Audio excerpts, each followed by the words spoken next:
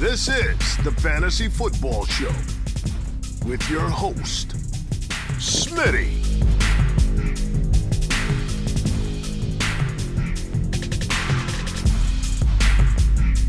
Top 5 running back.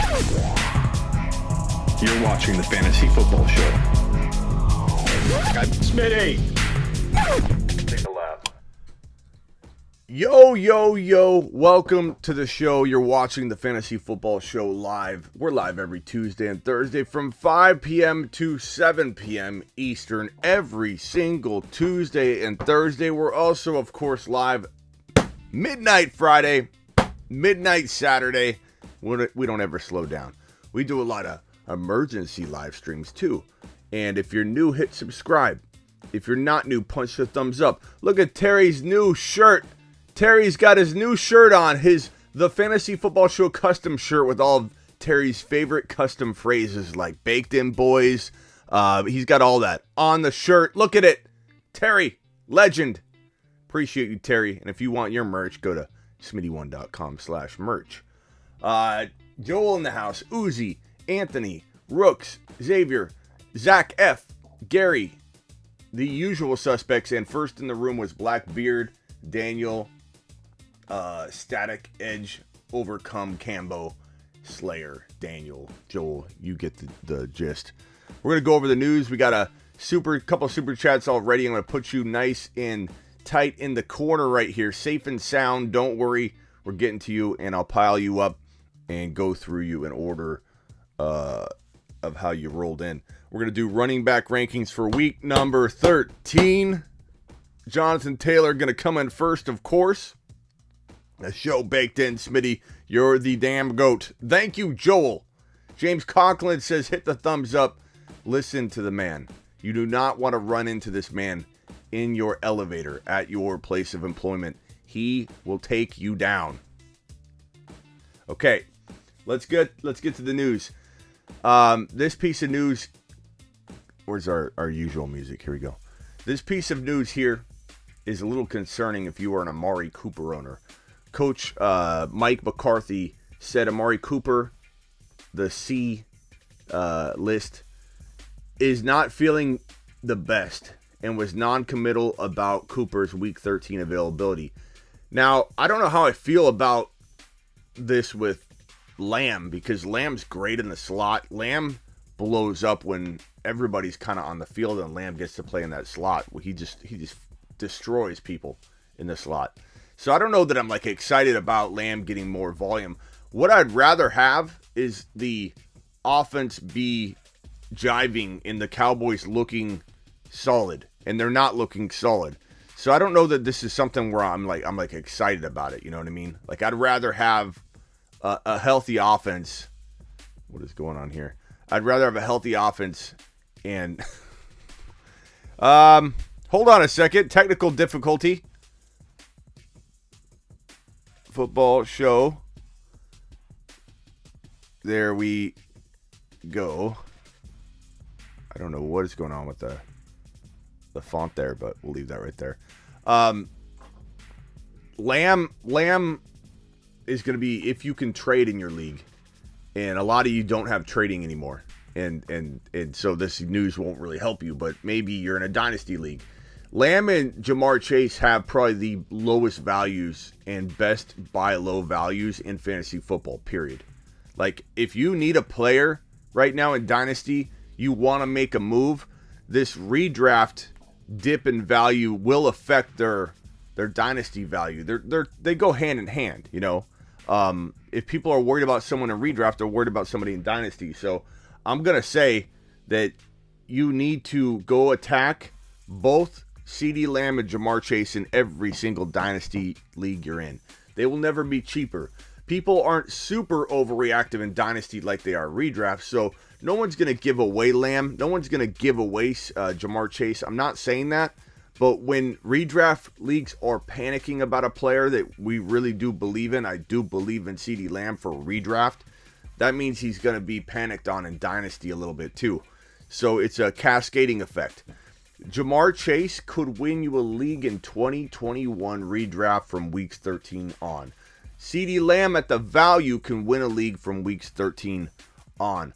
I understand that they're struggling. I'm not an idiot. I am not a moron. I know what I'm talking about here. And are there risks? Sure. But are you paying for the player that has a baked-in value like this? Like this? Where's my baked-in, boys? Baked in, boys! Or are you going to avoid these two players and get...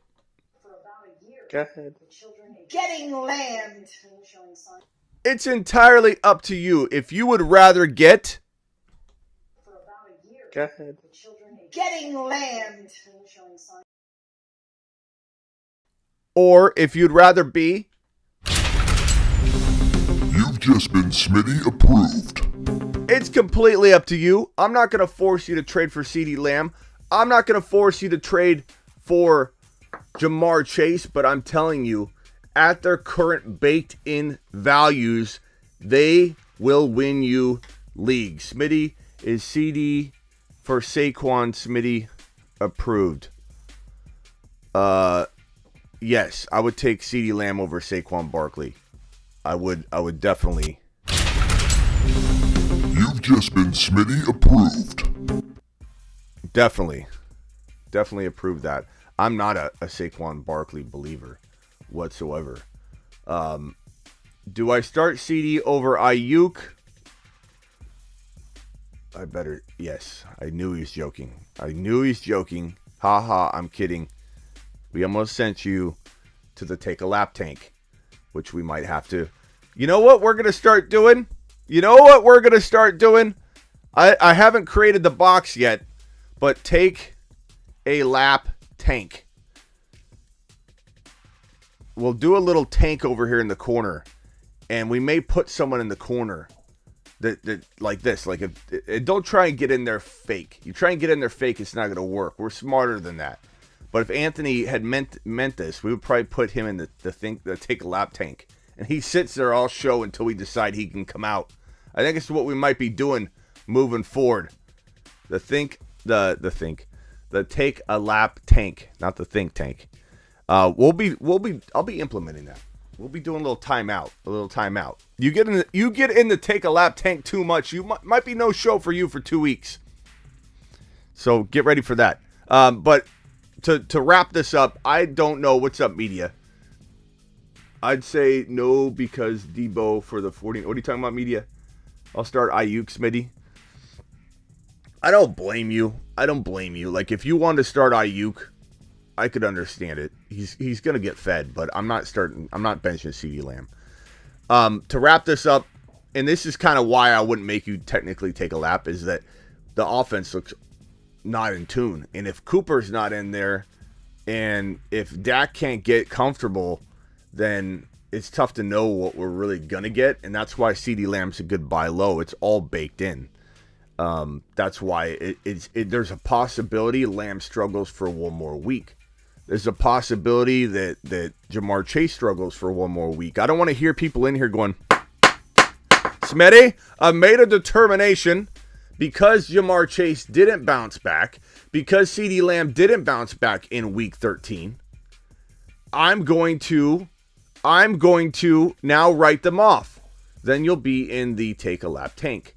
It's not a guarantee that everything bounces back and comes back in the exact week you plan for, but I do believe that CeeDee Lamb and Jamar Chase will bounce back in week 13 on. It could be week 14 on. I can't predict everything, but I do know that both of them have the talent to be a top 5 wide receiver, So do what you want with the information. I'm not gonna tell you that starting Ayuk is a bad move with Deebo Samuel out. Let's see here. Media, you don't have to take a lap. Alvin Kamara, knee, remain limited for Tuesday's practice. This is great news. I know it doesn't sound like it if you're just a passerby, but we've been waiting for this for weeks. We've been waiting for a limited report on Alvin Kamara's knee for a while. Look, I think he's playing, if I had to guess right now. Ingram's supposedly going to play as well. So you got Alvin Kamara, you got Ingram. Let me just pull up news, make sure there's nothing fresh on Alvin Kamara. But I do think it's a little bit of a we'll see situation with Kamara. What was this? This was for Underhill, talked about this. Mark Ingram logging in a full practice, back-to-back days. He's definitely looking like a ghost. So hopefully you own both. But I do feel like Kamara, we're inching very close. Like, let's say Kamara didn't play this week. At least we know we're right there, which was something we didn't know last week. We kind of were blind last week. Like, what were we going to get? When are we going to get Kamara back? We kind of didn't know. So now at least we know we're literally right there. I think he'll play, but we have a little bit to go before we start calling it and saying he's for sure a lock. But I love that he's being, being logged as limited at least and not just like out. So good news, good progress, but nothing locked in. Taysom Hill, talking about the same news, same team. Taysom Hill Thursday, starting quarterback for the Saints in week number 13. Pick him up if you're in a 2 QB league especially, but pick him up if you need a quarterback and your quarterback went down, you're struggling with Russell Wilson and you're like, or you have, A-Rod, you have a bye, whatever. Taysom Hill is a decent play. He's not a lock to do anything, but he's also the kind of quarterback with the running that he does. What's up, Mark Cleveland? With the running that he does, he could be a potential good plug and play. So I think Taysom Hill needs to be looked at in pretty much all formats, but especially best ball formats. Zeke Elliott was a full participant in practice. This news has taken such a crazy up and down roller coaster turn. It's like this way, that way. It does the corkscrew. It's completely all over the place. What do we do? And I talked a little bit about this on my show yesterday. Do we take this and go, never mind, he's fine, put him in? Put him in, coach. Of course you put him in. And I think if you own Pollard and Zeke, you are still in a dilemma. Like, if you've got to start one of them, it's not just because you see a report that says full practice and an owner saying he's going to get a serious load of carries. Like, you don't know what his knee's going to do. Like, I don't want to hear that that's a lock of anything, and I don't want to hear that what we're seeing here is any kind of lock of him not playing or being sad or anything like that. There's no determinations whatsoever being made on any side of this, because when you have knee issues, and especially a bone bruise, which is more serious than people think if you don't rest it, it can turn into a lot more and weaken that bone. If you're playing on a bone bruise, it can definitely weaken the integrity of the bone and cause other issues, and you could have a fracture. You could have a lot of things happen if you don't rest a bone bruise properly. And he's a stubborn man and wants to play. And I don't blame him, and I like him for it. And we all love Zeke Elliott, okay? This isn't a player that, as he's declining, we start saying things like, Zeke Elliott, I don't like him. He's trash. Get him off my team. Like, he's not one of those guys. It's a hard thing to accept that Zeke Elliott. Yeah, 104 of you in here, 110 of you in here now. Only 53 likes. Terry's not happy. Terry says hit the like button and do it live. Terry says, hit in my new shirt, The Fantasy Football Show shirt, hit the like button and do it live, says Terry. This isn't one of those situations where we're rooting against him. Like, we love Zeke Elliott. He's such a fun player. He's done so much for us for the last handful of years in fantasy football. I love Zeke Elliott. But let's not take this news and start celebrating, because you have a couple things going against Zeke Elliott, and let's take it to the board and talk about it. So in Super Chats, I'm not forgetting about you. We're going to get to you in a second. But media hates Zeke Elliott. Media, you hate anybody that's not a Niner, bro. But we still appreciate you. We still love you, media. Zeke Elliott, okay? He was and is looking on the decline. Okay? That was known. That's how we felt. That's what our eyeballs are telling us. This news doesn't change this fact, okay? This fact right here, this news does not change. Why is that line so curved? Because I'm doing it while I'm looking at the screen. That does not change. Okay? That does not change. I don't care what news report we get. I don't care how much volume he wants. That does not change. So when you're breaking down risk, and I try to tell this to people, and we're going to do, you guys have no clue how much bold and ahead of the curve content we're creating in 2022. And it all really starts kind of tomorrow and through December as I drip it out. As I drip out the content little by little. You guys have no clue how much amazing content's coming your way.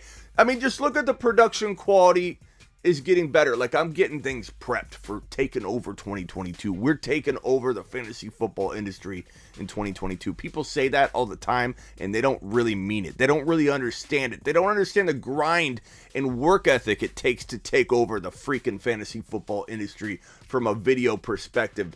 But we do. We go live enough. We're creative enough. Our content's good enough. We're bold enough. Our community is tight enough. We are going to do it. And it's going to happen this year. And all the production value, everything we're bringing to the table, the innovation, the mindset, the work ethic, it's all coming together. We're taking over. And I've got some risk-driven content for you that's going to blow people's minds. And we're going to... A lot of the stuff that I've used this year to stay away from players like Akers, Henry, CMC, we're going to up the ante. We're going to make it a process, and I've got some things in place to help us all avoid risk and try and build upon what we've done this year in identifying some of it. Identifying risk is such an important part of fantasy football. Being unbiased to your biases is a tough and difficult thing to do, and I'm here to help you and me and all of us avoid our biases, all the bias that we have that injects and infects everything that we do. Get ready, 2022 is going to be out of control. Hit that like button on your way in the door, please. Back to Zeke Elliott. Zeke Elliott was and is looking on the decline. Okay, this is part of this risk assessment thing. You know this. This is already evident. This news report that Zeke Elliott, where's the news report? This news report that Zeke Elliott is a full participant in practice, and the corresponding message from ownership that he's going to get a full workload or he's going to get a serious workload doesn't affect this. So this news, that news does not affect this. Number 2, Tony Pollard is being fed and is better at this point in Zeke's career.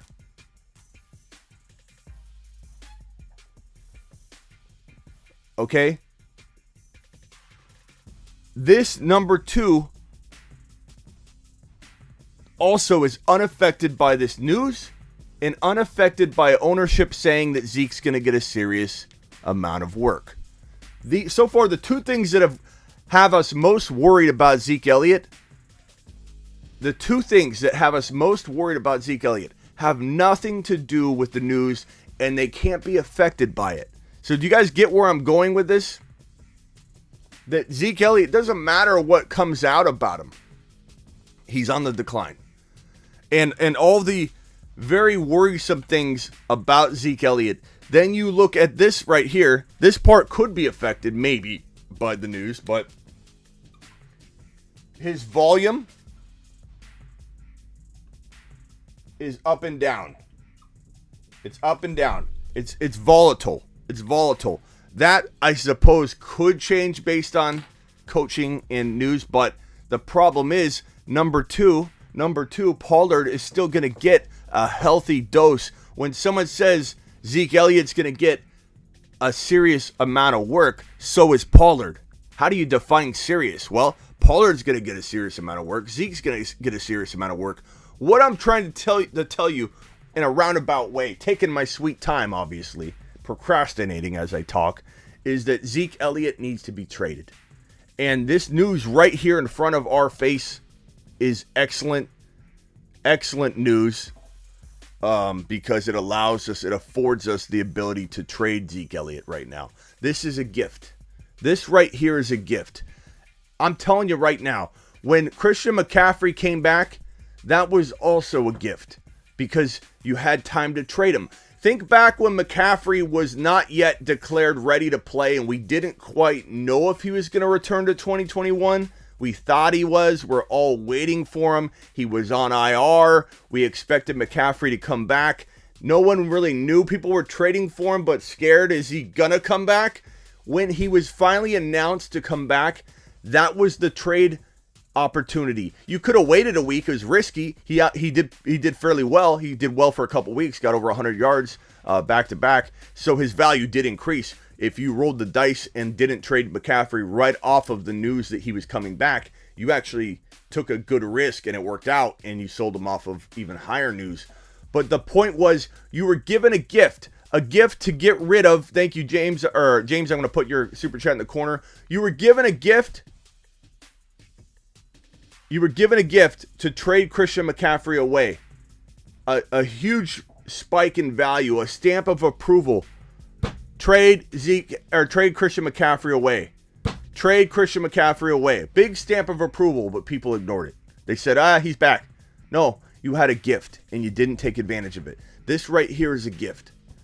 This is going to bump his value up. People that wouldn't have bought him 2 days ago will now buy him from you, and you're going to sit on it. Why? Why when these things cannot be helped? He looks on the decline. Pollard is being fed and is better, and the volume is too inconsistent for both running backs to live in a day, in a game where maybe they don't get the run going. If they don't get the run going, if the offense is throwing the football, where does Zeke Elliott get his volume? I'm telling you right now, this could be the most alarming part when you correlate these to it, because if him and Pollard are sharing carries, if Zeke Elliott is on the decline and his volume is sporadic, where are you going to get consistency? What on earth makes you think Zeke Elliott's going to be consistent and help you win your championship when you have all three of these fighting against him and he's hurt? And he's hurt, which is number 4. Number 4 right here. He is hurt. So while he's hurt, if you can hear how excited I'm getting in a bad way. When I mean excited, I mean not happy. He's hurt. His volume's sporadic. Tony Pollard gets half the work and is better. And he doesn't look the same even when he's healthy. And anybody is taking the news right here and not running with it. Not trying to go get a Jamar Chase and Connor. Not trying to go get a CeeDee Lamb and James Conner. You're wasting a gift and an opportunity that was just handed to you. Walk to your doorstep when you were panicking, saying, what do I do with Zeke? I can't get rid of him now. News breaks and then you sit on it. Don't sit on it. Don't do what McCaffrey owners did. Take action and use the news to your advantage and get rid of this man before it is too late. I'm not saying I don't like Zeke. I'm not saying Zeke can't have 80 yards and a touchdown on Thursday. I'm not saying Zeke can't have a good game and a bad game. I'm saying Zeke Elliott has too many things going against him. These are called red flags. Red flag number 1, red flag number 2, red flag number 3, red flag number 4. There are no positives for Zeke Elliott. There are literally no positives. These things all add up to Zeke Elliott busting on you if you don't take advantage of the gift, which is the news that he is at full practice capacity and he's going to be fed a serious amount of work, a serious load in week 13, but so is Pollard. So act now, do what you can, salvage the value that you currently have, go get a CeeDee Lamb, go get a Jamar Chase, trade across position, don't be scared, and get rid of Zeke Elliott before it is way too late. Punch the thumbs up if you're on your way in the door. Subscribe if you're new. You are watching the Fantasy Football Show. This next piece of news, while we're on the topic of the Dallas Cowboys, CeeDee Lamb concussion was a full participant in Tuesday's practice. Get ready to get lammed if you are facing CeeDee Lamb in week number 13. Get lammed. Get lammed, people. Get lammed. He's here. His name's CD, and he's about to lamb. Other news, if you've been living under a rock and you don't know, Christian McCaffrey out for the season. You know that by now. Probably the most talked about still news out there is that Dalvin Cook is missing. Oh, this is the Dalvin Cook missing week 13 and week 14 most likely. We talked about this yesterday. We talked about the ball and socket, the fact that socket has a labrum that helps keep that ball in there. And when this can't pop out, that means your labrum, that seal, is thick enough to keep that ball in. If you were to take that labrum out, think of it like a tube or something that goes around. It's a seal. If you take that labrum out, now the socket is big enough for the ball of the shoulder to pull out. But with the healthy, thick labrum in there, it's a seal. So when you pull your ball out of your socket, you damage the labrum. And when you pulled the ball out of your socket as many times as Dalvin Cook has, I can't imagine this is like if you or I or a first timer were to pull our ball out of our socket, that we'd have just a little tear somewhere, a piece that you literally have to line things up properly to get it out again. You know what I mean? People that know how to pop their shoulder out of their socket, like in Lethal Weapon, have had a ton of damage to that labrum. And they know exactly the place to get it right out.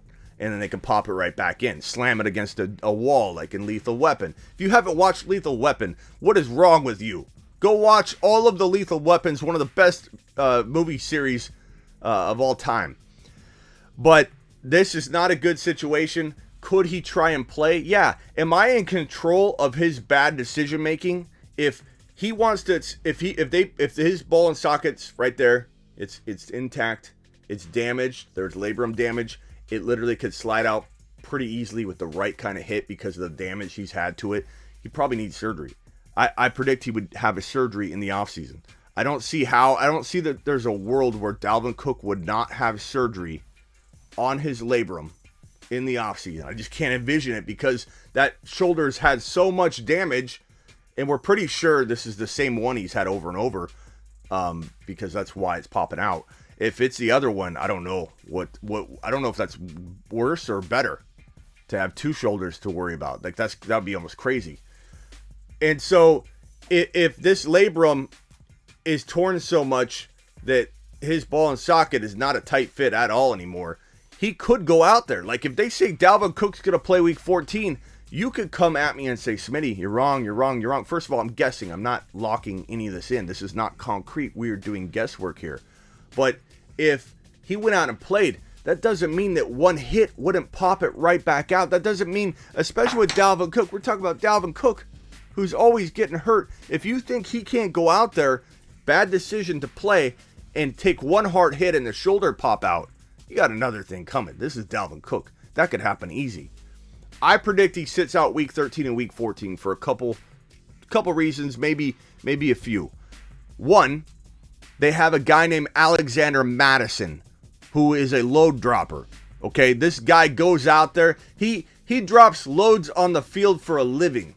And he's a mini, I don't even want to call him a mini version of Dalvin Cook. He's almost like his twin brother.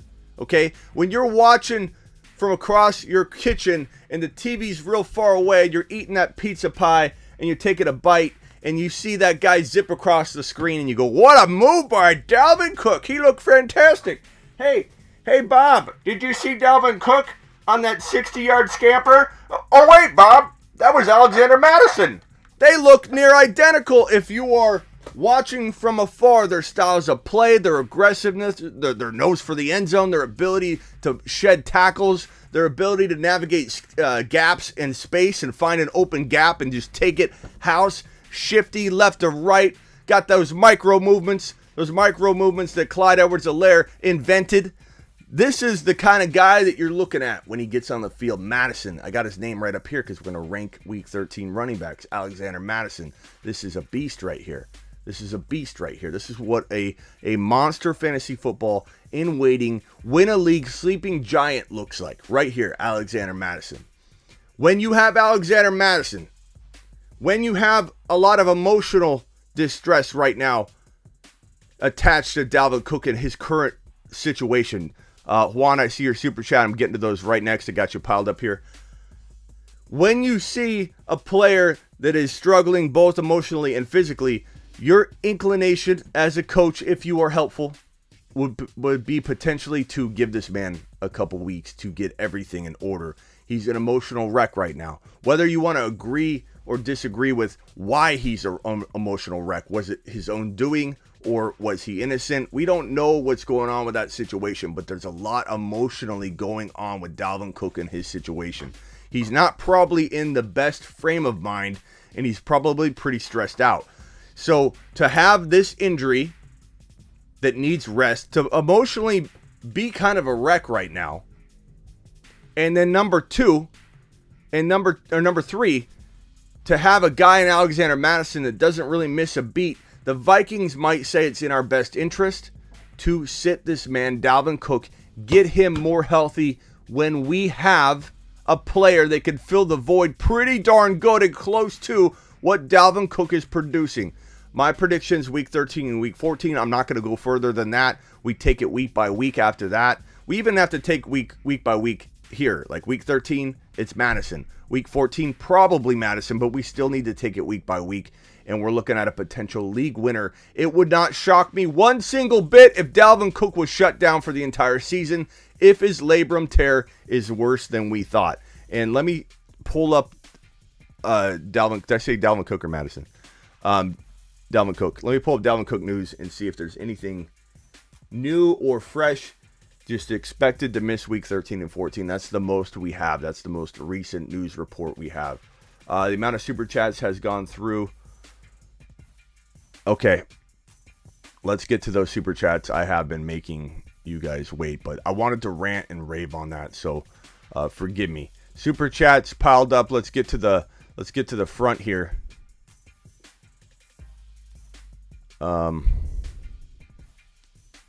James Conklin.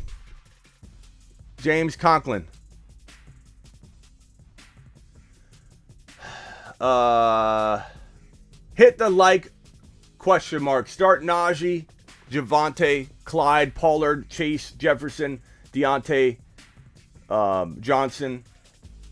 Number 2, each position, and 1 flex, full PPR. Okay. You're testing our ability to focus here. Start Najee, Javonte, Clyde, Pollard. I don't know how many you can start, but let me rank them for you. Najee, then I'm probably going to say Clyde right now. But, you know, if Elliott were out, Pollard would be number 2. But it's really, really hard. Can I get the chat to rank these running backs? Najee, Javonte, Clyde, and Pollard. Please rank those in order. Najee, Javonte, Clyde, and Pollard for James. Let's try and give him a good ranking there. Chase, Jefferson are must-starts, guaranteed plays for me.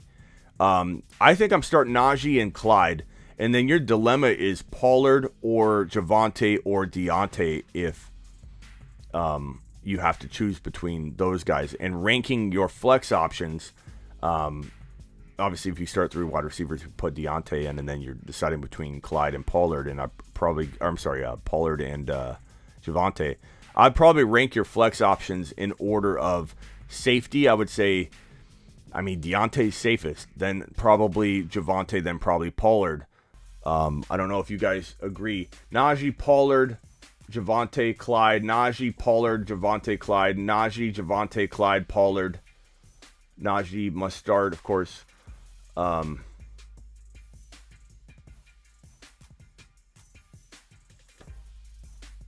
Okay.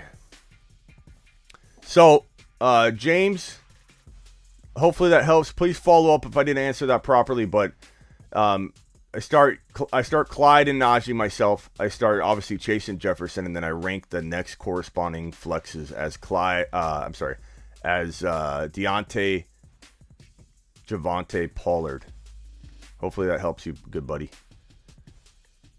Okay, next question. I'm tied for first, 8-4, with Herbert, JT, Cook, Madison, Javonte, Hunt, D. Will, Coleman, Diggs, DK, Cooper, Landry, Ridley, Logan Thomas. Someone offered me Pitts and Stevenson for Cooper. For Amari Cooper, I'm not doing it. Amari Cooper doesn't even know if that report I put up earlier, bro. Where's that report? Amari Cooper, was it this one? I mean, this doesn't look good, bro. If that's Amari Cooper, that's a negative. That's a negative, bro. I'm keeping Pitts. I think Pitts could be something special. Don't do it, Juan. Thank you for the super chat, Juan. You are the man. I appreciate you.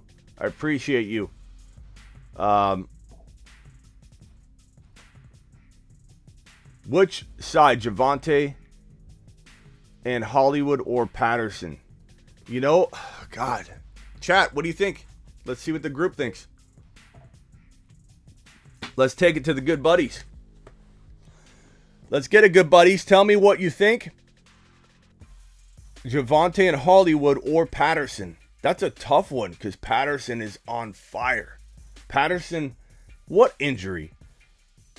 I mean, it's like, you guys, I don't know where to rank him next year. I'm going to be honest. I don't think I'm on board of the Patterson 2022 high elite first round ranking. I just can't do it. But right now in 2022, we are in a separate world right now that has no correlation to dynasty or future value. And in said world, Cordero Patterson's going to continue to do this. Cordero Patterson's going to continue to be a monster. And we just have to accept it. And we can address it in the offseason and decide what we want to do as far as his value. But Patterson is a different monster right now. And there's so much risk attached to his 2022 value. I mean, it's going to be insane how we assess his risk. His risk is going to be through the roof. But for right now, it doesn't matter. He's in a rhythm. The offense uses him a perfect way. There's been injuries, and he has become the number one option there for pretty much everything. And, I don't see how I couldn't take. I would take Patterson, and I love Javonte. If Javonte were starting, it'd be a little different, but he's not starting right now, and we don't really know. Cordero, the man we call Cordero Patterson, is a top. He's a running back one. He's a running back one for the rest of the year. We can argue his 2022 value, and I'm with you if you're wondering what it's going to be and unsure about it. Boston Scott, Jamal Williams, or Matt Breida on the waiver wire. I probably like if you need to play this week, Jamal Williams, because Swift is probably looking pretty iffy. And Swift is Swift completely out? Let me hit the news on Swift. Swift is very, very much in question, if not, expected to be out. But let me just pull up the news on Swift. Swift, it's hard to say. It's hard to say that you'd see DeAndre Swift playing Week 13. Lions coach Dan Campbell said yes. So he's pretty much good as gone for Week 13. So if you need a now play, Jamal Williams. If you want to maybe be a little sneaky and it's not a lock, maybe get this guy Breida before he maybe becomes the volume guy there. But volume there is inconsistent, so it's not like you're sneaking in like any kind of big running back. But it could be like a good flex play. Like a Breida takes over, and he's pretty talented. He's been pretty talented wherever he's been, just been cut and moved. So, yeah, Mark Cleveland, I would take Breida for the long term and take Jamal for the short term. And what is this? Nick says Swift broken collarbone. That's not true, Nick. There's no reports yet that say he has a broken collarbone. He has a sprained shoulder up, I believe, where this AC joint is. And that's different than the collarbone. It's attached to the collarbone. So don't spread fake news, Nick, unless that report's just dropped, bro. He has a sprained shoulder. And where I believe he sprained it is up where the collarbone turns into the shoulder and connects, and there's reason to be concerned, but that can get sprained pretty easily. I believe Justin Jefferson had the same thing in the offseason, bro. Like you can be fine with it. Breaking the collarbone's worse than having a sprained AC joint. This is a lot of pain, but it's not that he's broken the collarbone. So. No fake news, Nick. Nick is even reporting fake news on himself. So yeah, we don't like fake news. One thing we don't do, Nick, is drop fake news in the chat because I don't want people freaking out, taking that and going and doing a drop or doing something. So as much as we joke around in here, we don't joke around about fake news like that. Appreciate you, though, Nick. Just wanted to shoot that down. Need to win or I'm out. Who would you start? Non-PPR, Hendo, Saquon, Javonte, Miles, Mike Williams, Odell Beckham Jr., 2 running backs, 1 flex. Starting Tyreek, Diggs, Russ already. So start 2 running backs and 1 flex out of this lot. Saquon, Javonte, Miles, Hendo, Mike Williams, Odell. God, 2 running backs and 1 flex. Hendo, and what do you guys think? Do we go Hendo and Javonte here? Is anybody starting Saquon Barkley over Hendo and Javonte or Miles Sanders? I know everybody wants to, but I don't. I don't want to start Saquon Barkley. I don't believe in Saquon Barkley.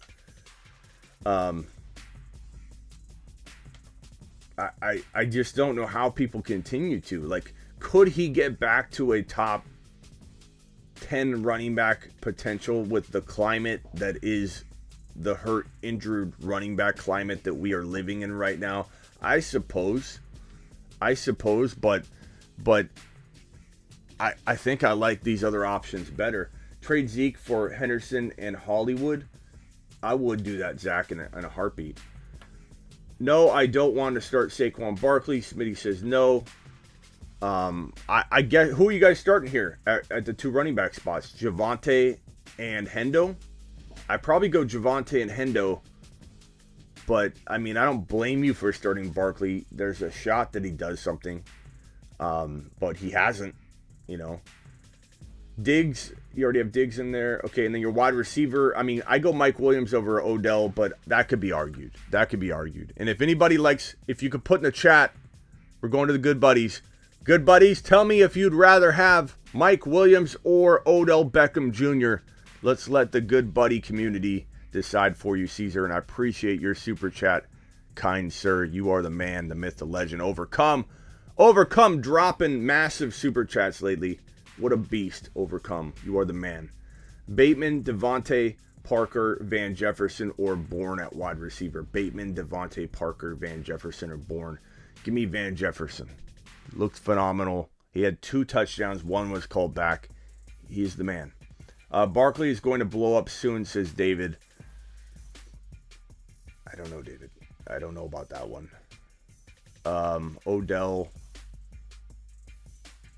Odell, Mike Williams, for sure. Mike Will, Odell is too volatile. Barkley goes off after this week, says Tanner. Hey, Barkley owner. Look, we're all a little bit excited about our own players, so I get it. But you are, come on. Jackson wants to. McCaffrey is running back 1 next year.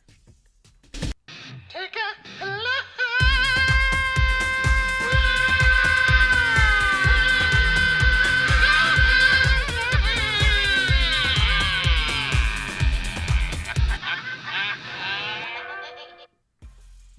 Take a lap, Jackson. Take a big fat lap. You might be the lap of the day, bro. The lap of the day. But I still appreciate you, Jackson. You are still my boy, Blue. We haven't done Fantasy Court in a while. But if we were inside Fantasy Court, we'll do Fantasy Court today. If we were inside Fantasy Court, you would be in contempt, Jackson. You would be in contempt of court, Jackson. With that little outburst. That's an outburst in this show, bro. Number 1. Jackson wants in the box. He does. We got to create the box. If I wasn't live right now, I'd cook up a graphic, put it in the corner, and we go box, bro. We go box. I kind of want to do it. Maybe we do. Maybe we can make the graphic. Let's open up. I don't want to slow down my computer. I was going to say we could open up and create the graphic. We'll do it another time. News on Antonio Brown. Thanks, Jackson. I don't have news on Antonio Brown. So here's Slayers sent a trade offer. My Najee, Elijah Moore, Gallup for Chase and Clyde to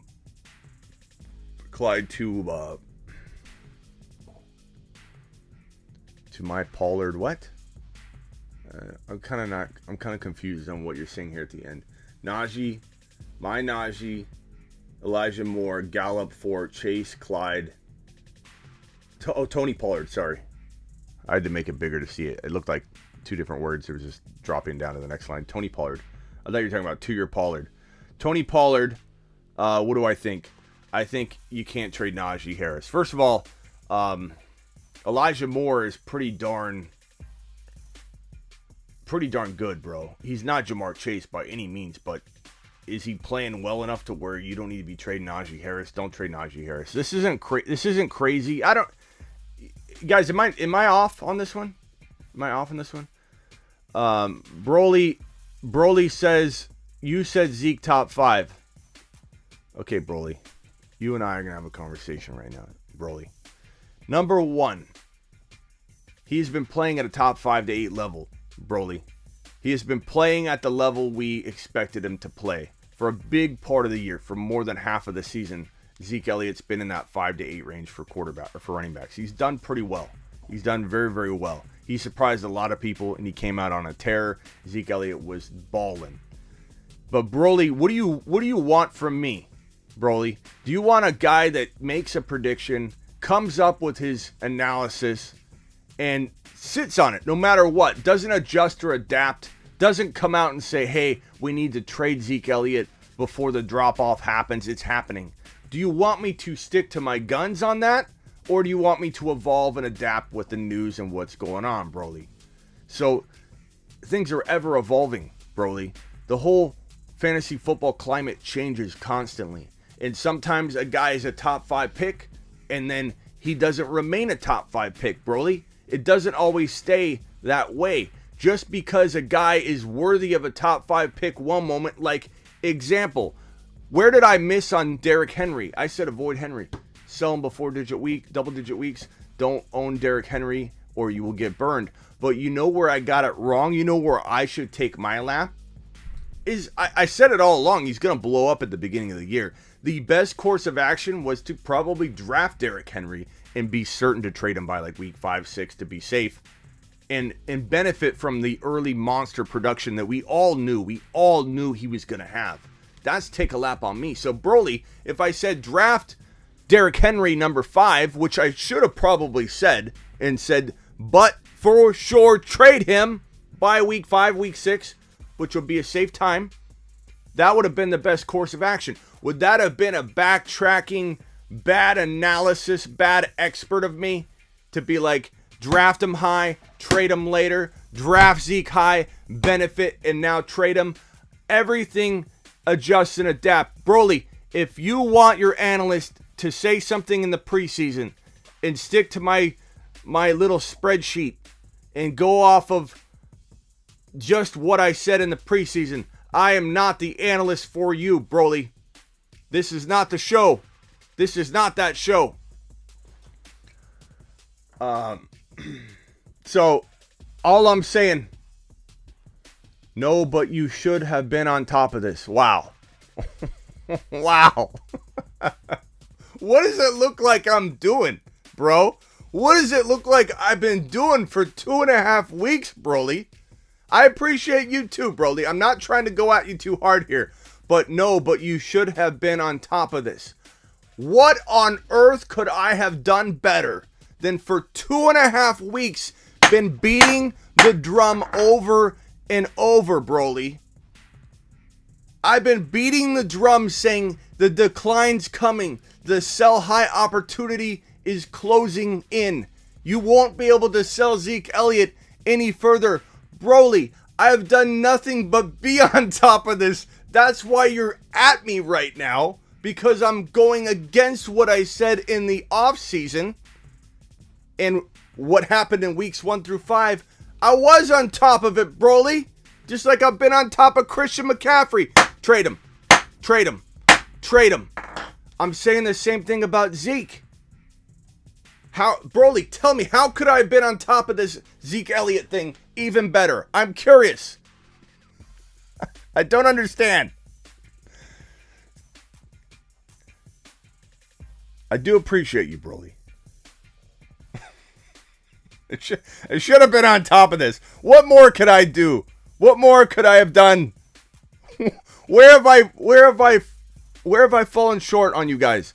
On trying to change directions as fast as I can when a player is turning for the worst.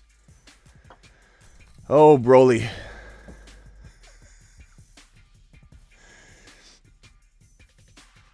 Okay. Here's what's with the haters today.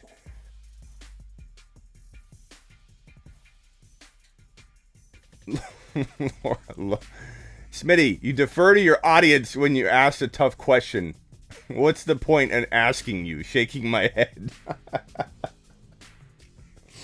Oh. Sometimes groupthink helps. Sometimes groupthink helps people make decisions. Sometimes I don't have the answer, admittedly. Sometimes it's a near 50-50 call. And I'm trying here's the problem I have right now. I don't let things get under my skin. But that comment right there, here's me at a 50-50 call, very, very close. And I go out of my way to stop my show and ask my audience to provide their feedback so we could collectively come up with a better answer for you. Going out of my way to try and get the majority to come together for your question so you have better answers. Why would you not want to hear what the entire audience thinks about a tough 50-50 call? What are we living in today? Bizarro world?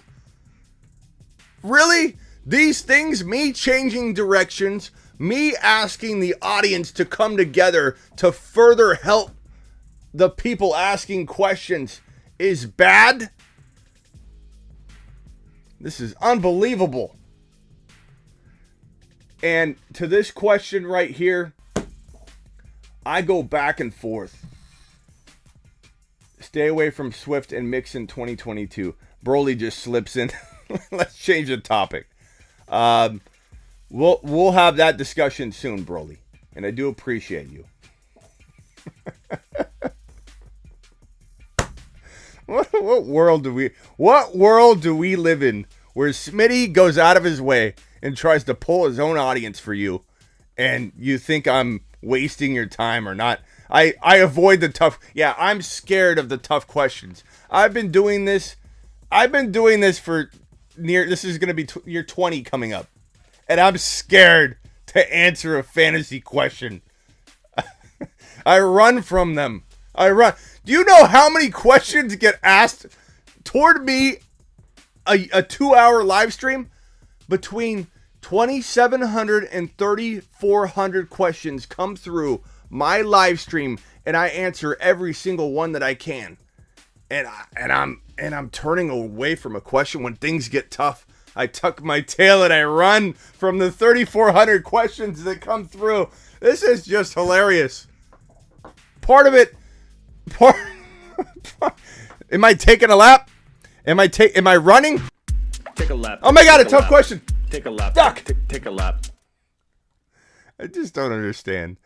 You can't, as Grandpa said, and someone remind me in here, you can please all the people, or you can please some of the people all of the time, all of the people some of the time, but not all of the people all of the time. Duck! Question. Tough question. Duck! No, we don't want Broly to get out of here. We like Broly. Broly was just, I think Broly just asking a question.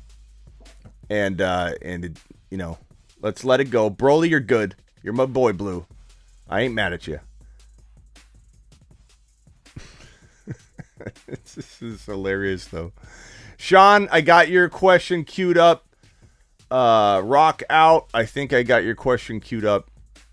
I got to get to these. these super chats. Don't worry about me. I don't need you to say. I don't need the attaboys. I don't mind them. I mean, like, you can say what you want. And I appreciate you, but I definitely am not in a need an attaboy moment. It's just hilarious. Smitty, stop asking multiple people to help me with my question. My very tough question. As for this Slayer, I mean, it's not an awful trade. It's not an awful trade, but give me Najee and Elijah Moore. I don't know. At the risk of Karen coming at me strong, what do you guys think in the chat? What do the buddy boys think of this question? Is it Najee and Elijah Moore? Who cares about Gallup? Or are you taking a chance on Clyde Edwards-Helaire being close enough to running back one value that you would make this move to get Jamar Chase on their roster? And Tony Pollard. Chase, give me the Chase side, says Lucas. Lucas, thank you for helping me. I didn't know where to turn. Oh, man. Smitty, dodge, duck. Here comes an incoming question, duck.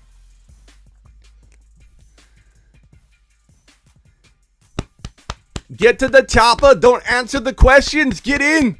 Get down. Chase side, Najee side, Chase side, Najee side, Najee.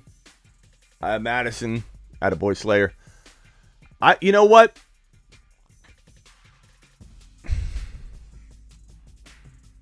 It is a tough one. It is a tough one. I'm going to say it's pretty close. If you believe in Jamar Chase like I do, and if you believe that Clyde could turn it around, I would probably say if you need a change, if your team with Najee's not cutting it, why not try it? Why not try it? If you are a tough team in your league and you're the team to beat, then I guess don't make any changes at all when they're this close. But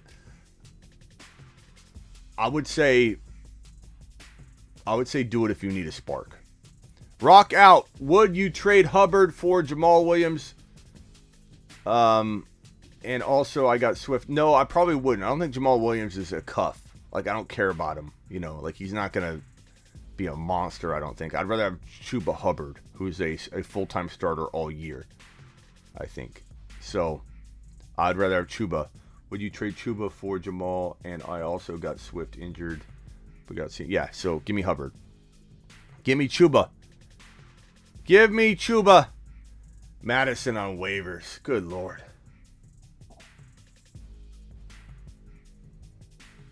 How is Madison on waivers?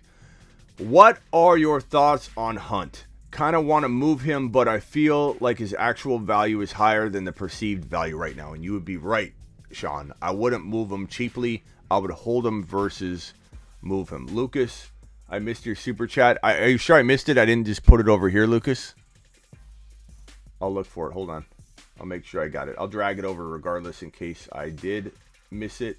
And thank you for the super chat, Lucas. I don't know if I got these two. I'm going to throw them over there. Maybe they're duplicates. But I will drag them over anyway. Garrett, I think I got Garrett's over there. So I would say hold on to them if you're not getting the right value. What's the right value? Right value would be McLaurin. You know, that kind of value. Or a huge quarterback upgrade if you're struggling. Chris Wise, I got your super chat in the corner here. Appreciate you.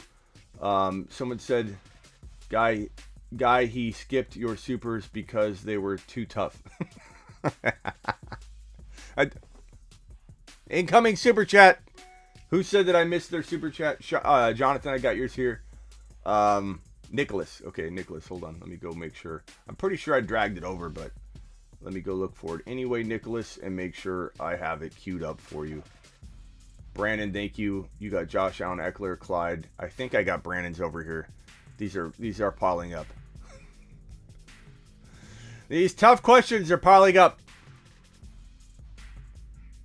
DJ, I think some of these are a lot of duplicates though. Nicholas, I have Gibson, Saquon, Gordon, Miles Sanders, and Chuba at running back, Hopkins, Diggs, Hill, Gallup, and Bateman at wide receiver. Should I try to make a move, and for who? I would trade Saquon. I would trade Saquon in a heartbeat. I would trade Gordon if you can high. I would trade Chuba Hubbard. I would trade a lot of these guys. The only guys I'm holding on to are Diggs and Hill and probably Hopkins, your three wide receivers. But do I make moves at running backs? Yeah. Do I keep Gibson? Probably. But you could trade him high. He's got good trade value. But I do like him. He's also risky to potentially, stay healthy or whatever. But because he's dealing with the shin, and now he's going to get probably a little bit overworked. With McKissick maybe looking at, a missed game or so. Maybe not. So I guess I would trade Saquon.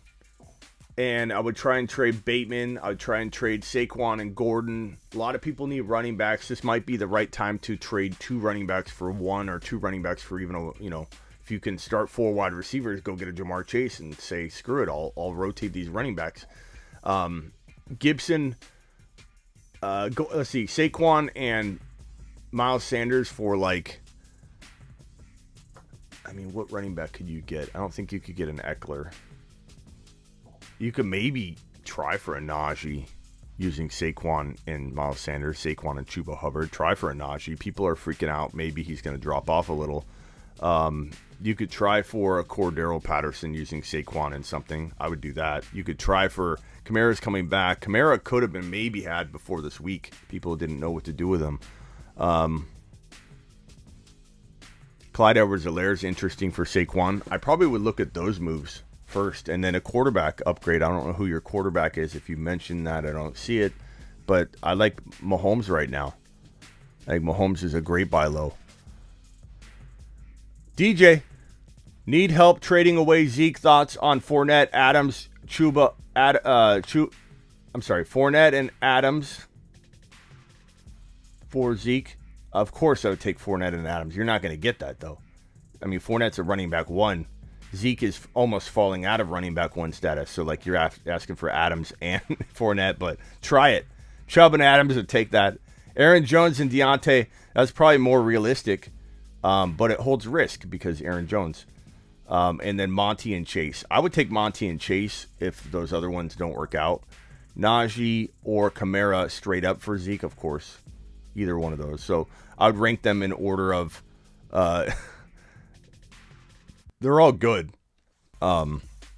Realistic one's probably going to be that Monty and Jamar Chase. So I like that. I like that one. WRM with the super chat. I'm going to put the new ones over here. Rock out. Appreciate you. Brandon got Josh Allen, Eckler, Swift, Clyde, Jeff Wilson, Cooper Kupp, Gronk, Sony Michel, Tony, playoff start week 14, which is crazy because it's a bye week. What bye weeks do we have week 14? Why would you start the playoffs in week 14? You have the Colts, Dolphins, Patriots, and Eagles on byes. That must have made the draft very complicated. That's crazy, Brandon. Are you the commissioner? Before I talk about the commissioner, I want to see if you're the commissioner. That commissioner, what was he doing? If it's you, what are you doing? I got Josh Allen, Eckler. Okay, Swift. Cooper Kupp. Deadlines tonight. Any moves that I would make? Josh Allen, hold. Eckler, Swift. Swift, I would trade Hurt, but what are you going to get? Clyde's on the up. Jeff, Justin Jefferson, Cooper Kupp. Those are 2 really good wide receivers, bro. Gronk, hopefully he stays healthy. I would look to maybe trade. I don't think you don't really have a bunch of options that you can move though. Swift and Clyde for 1 running back. Could you get a Najee? Could you get a Kamara? Would I consider Swift and Clyde for one of those top dogs? I don't know. I suppose, of course I'd take JT. Would I take a Mixon? Would I take a Najee Harris for CEH and Swift, maybe. But I think Swift, if he comes back, will be strong. So I'm going to say there's not much to do with your team. You have very good wide receivers. You have a very good quarterback and an elite running back one. Maybe let Swift and Clyde rotate, helping you there. I don't know. You didn't put much other depth on there, so I can't really come up with too many trade ideas other than can you trade both running backs, Clyde and Swift, for like the top 3 running back. Does Debo have any value with the injury? I mean, we don't really know how long he's going to be out. It's probably going to be at least 1 week, a couple weeks, 2 weeks. I don't know. Tough to say.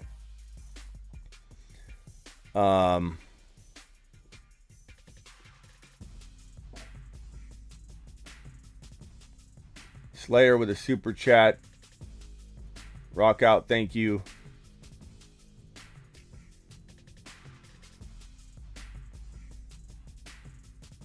Trying to look for all your super chats, sorry. If I missed anybody's, let me know and I'll go back and find it. I might need a reminder at the end of this. I traded Zeke plus Pittman. Pittman has a bye next week. Pats week 15 for Antonio Gibson and Mooney. Zeke and Pittman for Gibson and Mooney. I could get behind that. I mean, I like Pittman a little more than Mooney, but I love Mooney and I like Gibson a lot more than I like Zeke Elliott right now. That is another good player. If anybody's looking for a good player to attack for Zeke Elliott, off the Zeke Elliott news that he's going to get a healthy volume in week number 13. Trade Zeke Elliott for Gibson. Just Lamb this dude in my 2 QB Dynasty League. I got Mac Jones and Cam Akers for James Robinson. ETN will some of his carries next week. Okay, so you got Mac Jones and Cam Akers for James Robinson. ETN. And a 2 QB league. I do like getting Mac Jones, but I wouldn't say you like blast. I mean, James Robinson still got some value, but I say you did good in a 2 QB league. Mac Jones is a pretty good quarterback to attain. He's going to get better and better, so I do like that. I do like it. Thank you for the super chat and good job. It's tough getting a quarterback in a super flex league, so I know how accomplishing it feels when you land it. So nice work. Nice work, buddy boy. I want to trade Dalvin Cook for Jalen Hurts. QB is Aaron Rodgers looking to make an upgrade with Cook out. No, you're not, bro. Hurts is injured right now. And I don't think you should do that trade. I mean, you've got A-Rod. A-Rod's definitely on a bye, but is A-Rod better than Hurts or is Hurts better than A-Rod? That's debatable. I wouldn't be trading this one piece you have to try and upgrade a position that you're not really upgrading. Like Hurts is injured and there's some concerns about that offense right now, so I'm not doing that trade. I appreciate your super chat, Chris, but you need to go a different direction. Use Cook to get something else. Go get Jamar Chase straight up for Cook. Go try that, bro. Maybe they can throw in a quarterback, or there might be a quarterback on waivers. Would you trade Hubbard for Jamal? I got that one. Thank you, Rock Out. I appreciate you, buddy boy. Garrett, Hendo hurt. Quad. Is Michelle a top 12 play against the Jags? Hendo is hurt. He does have that quad issue. Let's see what his status is. I wouldn't say Michelle's a top 10 play for sure, but he certainly could be a decent plug and play for the week. There's no... Michelle would likely play at least 70% if Henderson sits. There's no for sure on Henderson sitting though yet. The quads, it's a problem, but it's a problem where players have played through this more than they play through like an injured hamstring or, a calf pull or tear. The contusion's a problem, but it's not as big. So I think there's a shot he plays. Maybe I can try Barkley and Sanders to the Aaron Jones owner.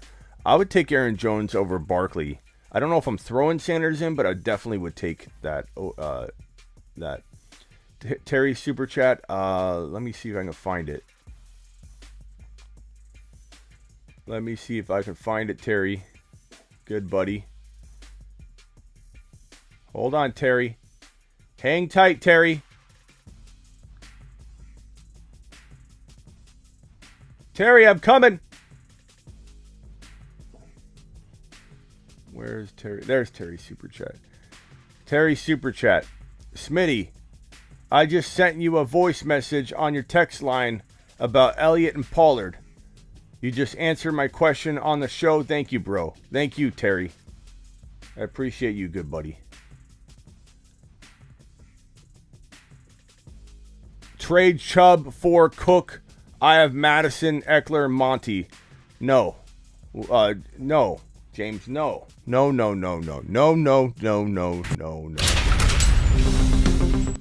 just been Smitty disapproved. No.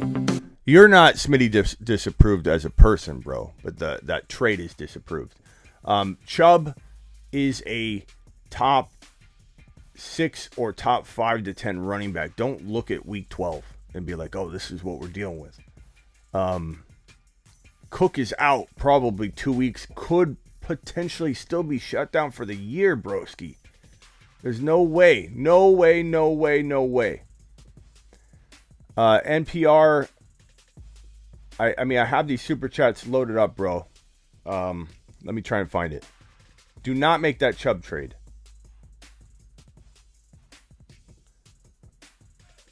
What is this for, Chris? What did I do to you?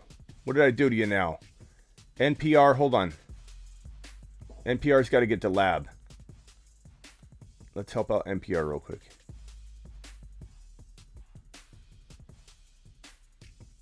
NPR. Where are you, good buddy?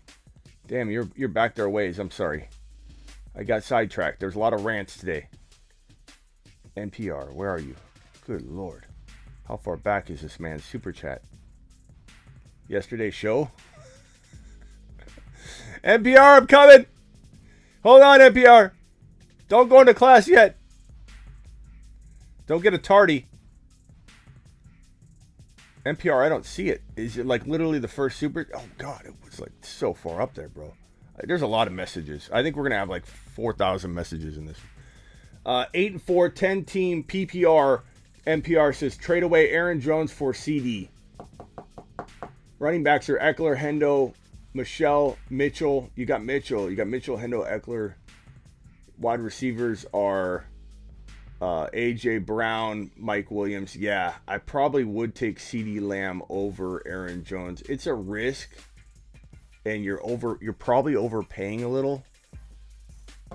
But I probably take that. I probably take CD Lamb. In your situation, you got no wide receivers, or you got very limited wide receivers. It's a pretty decent move.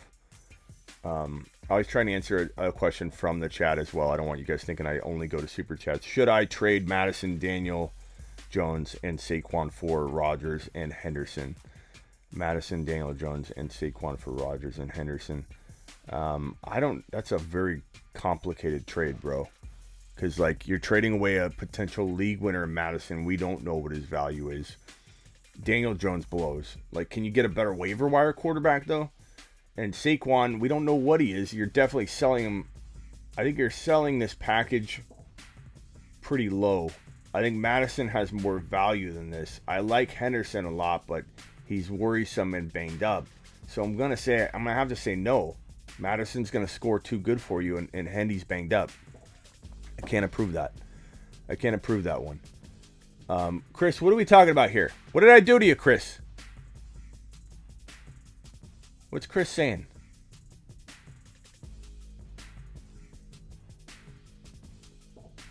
Put the man on notice.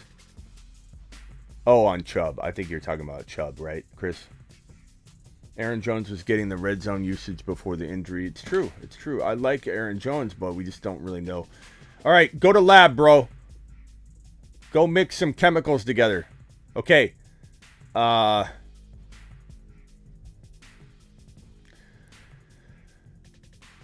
are we at?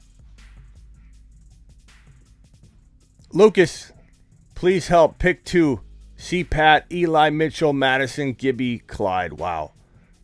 C. Patterson, you can't bench him. Eli Mitchell, you can't bench him. Madison, you can't bench Madison. Gibson, bro, Lucas, what were you doing when the trade deadline was approaching, Lucas? Were you sitting on your hands? Was your Wi-Fi down? Like, what were you doing during trade deadline time? Can you still make a trade, Lucas? Good Lord. You're really going to come to me with this question? You think I'm going to put this on record? Like, well, how am I supposed to pick between these guys? I mean, you can't sit Mitchell. You can't sit Patterson. You can't sit Madison. You cannot sit one of those three guys. Gibby and Clyde are hard enough. Lucas, this is the definition of why people quit fantasy football. When they get the wrong call every single week because they load their team up with impossible calls. I don't know what I'd do here. What do you think, good buddies? And no, I'm not scared to go to my audience. Out of your minds. What do you guys think here? We got to pick two. Cordero Patterson, Eli Mitchell, Madison, Gibby, Clyde. Let's take Gibby and Clyde out. Not because we don't love them. Those are good options. But, I mean, Patterson, Eli Mitchell, Madison, how do you make this call? It's matchup based is definitely how you're going to make it. But how do we make this decision? Madison against the Lions. You've got Eli Mitchell against the Seahawks. They're going to own the Seahawks in this game, I think. The Niners. I mean, if they run well. I guess with Debo down, you never know how that team could fall apart, to be honest, actually. And then you have Cordero Patterson, who is like a top 5 running back right now. Like, you can't sit him either. This is an impossible decision. Eli Mitchell and Madison. 156 in here, 114 likes. Thank you, Terry. Guys, punch that thumbs up and help Terry out. Help me out. But Terry's monitoring the likes and he's not happy. 156, 140 people in here constantly. Only 114 punch thumbs up. C-Pat has been unreal as of late. Got to start him. I don't know how you... C-Pat Madison. You know, as much as I love Eli... Here's my answer, Lucas. As much as I love Eli Mitchell, the only thing I have to go off something. I have to sit one of these monsters, and it's not going to make somebody happy. Somebody's going to have Mitchell and be like, how dare you? Mitchell's a baller. But I've got to look for a negative, okay? No Debo Samuel. Shanahan has struggled in the past. I don't think he's put it all behind him.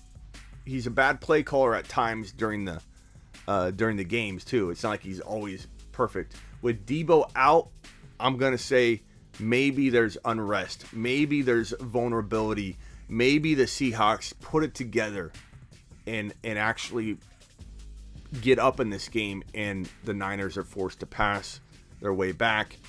It's in Seattle.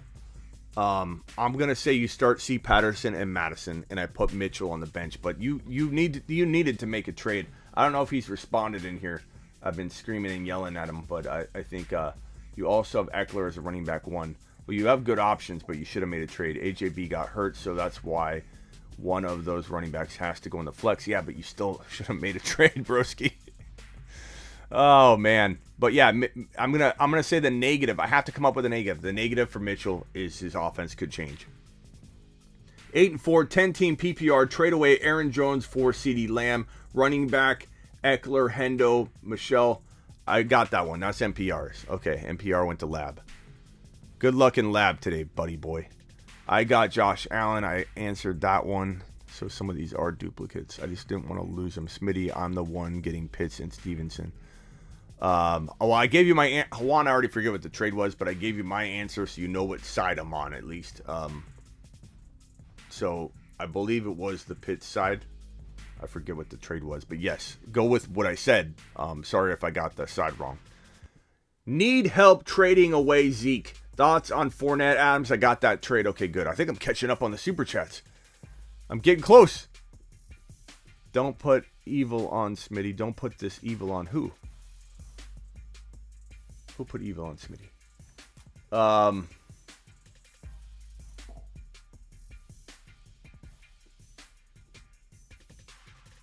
I was tweaking on the NPR super chat.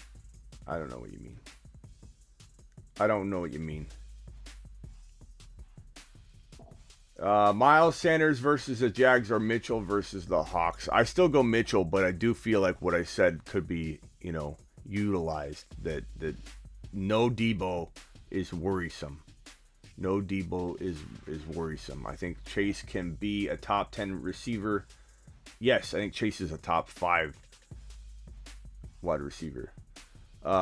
Super chat. Zinski. Okay, D Gear. Waller looks doubtful this week. Can replace him now with Hawkinson, but is it worth picking up Conklin off waivers for a favorable matchup? I mean, no, I'm not sitting Hawkinson, bro, for Conklin. Conklin's on waivers for a reason. No, that's not. I don't think that's a good move.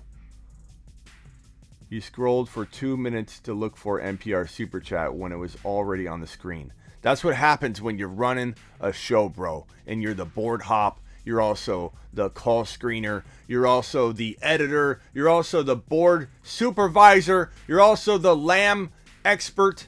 And everything included. And the on-air talent. It happens, Jackson. Take a lap. Take a lap.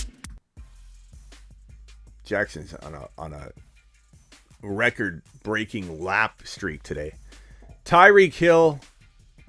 Oh, no, this is Taysom Hill, I think. Taysom Hill, T-Hill, over Russell Wilson and Joe Burrow. You're not crazy, but give me Joe Burrow. Give me Joey B. Give me Joey B. Give me Joey B and Jamar Chase having a big day. Chris Wise, love 5 p.m. live streams. Boss thinks I'm working late. Yeah, well, your boss is getting... Get lambed. Getting lambed. I'm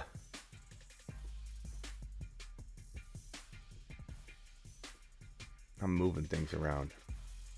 Sorry. Gotta get in shape. Me too, bro. Me too. I'm taking laps all over the place. Thank you, Chris, for the super chat. Good buddy. Thank your boss for giving us your time. Use a waiver claim for no. I don't. I like Goddard enough, bro. I know that there's some turmoil in Philly, but I'm playing Goddard, bro. I'm playing Goddard. You're not crazy. I could see a touchdown being scored, but I'd rather have Goddard. He countered my Hollywood and Najee for Pollard, Clyde, and Chase. I have Diggs. So Hollywood and Najee, Pollard, Clyde, and Chase. You have Diggs. I'd rather have Najee and Hollywood than Pollard, Clyde, and Chase. I just would. Very, very easily rather have Hollywood in that. Hollywood's good, man. He's good. He's good right now, bro. You can't be throwing that in. Slayer with a super chat. Zinski with another super chat. Rock out. What to do when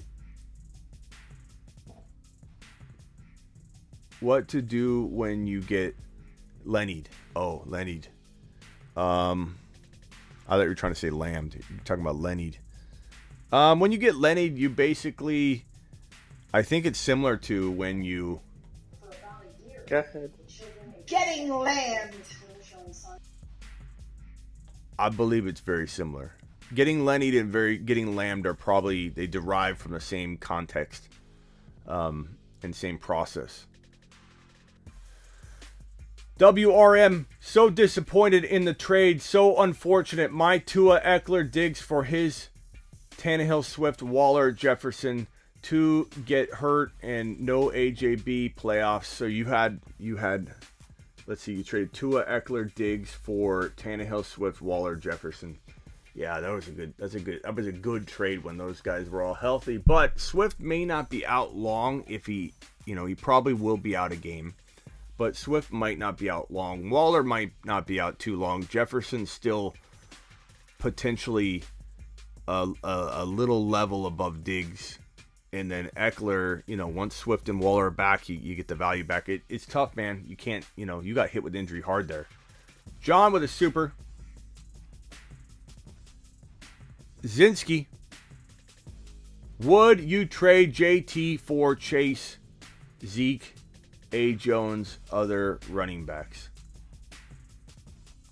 Would I trade JT for Chase, Zeke, Aaron Jones, or other running backs? I would not trade JT unless I'm getting Jamar Chase and a running back I love, which Aaron Jones does not qualify and Zeke does not qualify right now. So I'm not going to make a trade where Jonathan Taylor's traded away, which we haven't got to the week 13 running back rankings yet. John made 2 trades for the playoffs, 12-team PPR. In total, I traded Javonte, Miles Sanders, Cooper, Bateman for Lamb, Metcalf, Edmonds. What do you think? You traded Javonte, Miles Sanders, and Amari Cooper and Bateman for Lamb, Metcalf, and Edmonds. Javonte, Sanders, Cooper. I like it. I know people hate Metcalf right now. They've written him off. He's dead to me. I can't even look at Metcalf. He's on my bench. I'm not playing him. Like, you can't find a way to start Metcalf at your flex right now. You've got a loaded team. I like that trade for you. Lamb, could it backfire if Javonte gets in there? Maybe, but maybe it just becomes even. If Javonte's a top 6 to 10 running back, then it's like an even trade. I don't think you miss out on that. I think you did good. I have Lamar Jackson, Madison, Diggs, Kittle, Elijah Moore or Mitchell. He wants my Najee and Hollywood for Pollard, Clyde, and Chase. Oh, already got that one. Okay, that was a while ago. Jackson with a super. Sonny with a super. Jackson says start DeAndre, Carter, Pascal, or Slayton.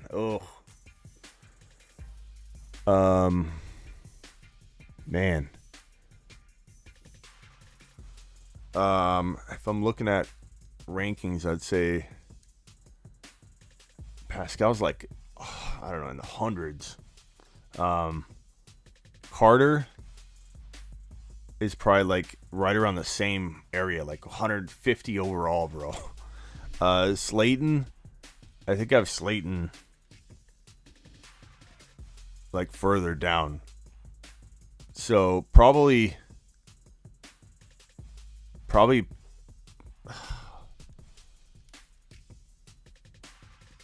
I'd say probably Pascal, but barely. Like there's no better option. I mean, those are deep, so probably the answer is no. There's no better option, but those are deep, bro. Those are really no offense. I understand that every league's different, but really deeply bad, calls to make. Give up on Ridley or hold hope from coming back. You're 8-4. It depends on the option, bro. I wish I could give you like a blanket answer, but I can't, because if you told me I'm going to pick up Pascal or DeAndre Carter or Philip Lindsay, I'm going to tell you, why not hold Ridley? Like, we don't really know what's going on, but if you're talking about like one of the top waiver wire guys this week, then of course I would be considering doing that. Zinski with a super chat. Nick, appreciate you, Nick. Thank you, Jackson, for the super chat. Sonny, John, all of you guys rock out. Damian Harris, Keenan Allen, and Hawkinson for Aaron Jones, DK, Conklin, and Myers.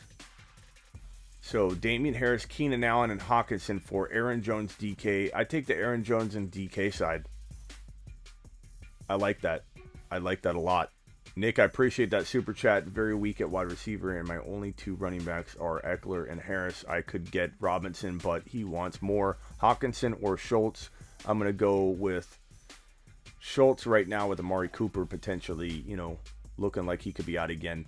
Rest of season, maybe Hawkinson, but for this week, maybe Schultz. But I could go either way. I like Hawkinson this week too. You could go safe with Hawkinson. I don't know that. Would you still trade Zeke for Javonte Williams and Deontay Johnson.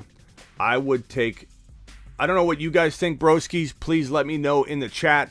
Would you take Zeke Elliott or Javonte and Deontay? I would rather have Javonte and Deontay myself, but I would love to know what the chat thinks, what the group thinks, what everybody thinks. Who wins, Najee and Chase or JJ, Judy, and Hendy? Najee and Chase wins by a lot, in my opinion. So I think that catches me up. If another super chat comes, let me know. Let's get to the week 13 running back rankings. So if we're gonna rank these running backs for week 13, Jonathan Taylor has to come in at number 1 by far, no equivocation, no hesitation. And yeah, so we're going with Jonathan Taylor. Number 2, wow, this one's tough. Is it Mixon? Is it Eckler? Mixon versus the Chargers. Eckler at Cincinnati. Najee Harris versus a tough Baltimore defense. Lenny Fournette, fantasy football playoff Lenny against the Falcons. Alexander Madison at Detroit. Am I crazy? Am I crazy for liking Madison in the top 3 or 4 for running backs in week 13? I don't think I am. I think I can do whatever I want. I think this is my show. If you didn't know. So, I think probably, Kamara needs to be talked about. He's questionable to play, so we'll probably put him a little lower than we want to. But I think my number 2 running back play. Oh, God. It's probably going to be Eckler. I'm probably going to put Eckler here. I'm probably going to put Mixon here. And then I'm going to put Madison here. I don't know if that looks pretty good to you guys. But I think for week 13, and let's put the matchups there. So Eckler at Cincy. We got Taylor. Doesn't matter who he's playing, but he's playing in Houston. So it does matter. So we'll go with Jonathan Taylor, number 1. Eckler, number 2. Joe Mixon, number 3, with a matchup against the Chargers at LAC. You've got my boy Alexander Madison, number 4 for all running backs. In my opinion, these are my rankings at Detroit. The matchup's phenomenal. You can make a case for Madison being, higher than this, but I think this is a good spot. I think it's a comfortable spot, a very safe spot. I love him this week. I think he's going to be phenomenal. Number 5, is it Najee against a tough Baltimore defense? Is it Mitchell versus Seattle? Is it Cordero Patterson against the Tampa Bay Buccaneers? Probably not, although he can catch footballs as well. And he's sneaky. He's sneaky. He can get in the end zone even against the Tampa Bay Buccaneer defense. He's sneaky. I wouldn't put it past this man. We got Gibson versus the Raiders. We've got Henderson banged up against the Jaguars. Maybe he doesn't play. We've got Kamara versus the Cowboys. Will he play? We have playoff and fantasy football playoff Lenny against the Falcons. I think I'll put Harris here at number 5 against versus the Ravens versus Baltimore.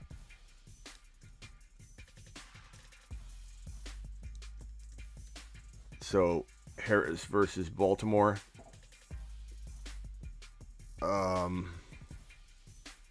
Mitchell's hard to sit, but again, I am concerned about Mitchell right now with Debo out and how the offense will be, and everybody expecting Seattle to get worked. My initial thought was, hey, the Niners are going to run over them, but with Debo out, I don't know. I don't know how I'm feeling about that. I think Kamara, I'm going to put an asterisk and just leave him up here, because even if he's playing, we don't know how much. So we'll put Kamara right here.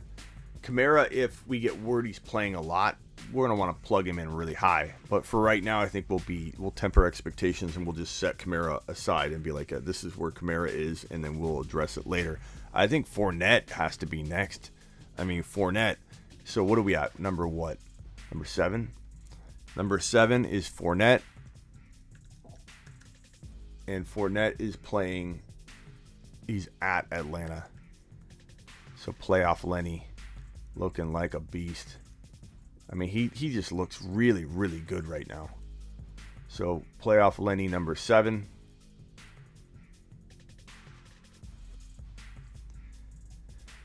Then we have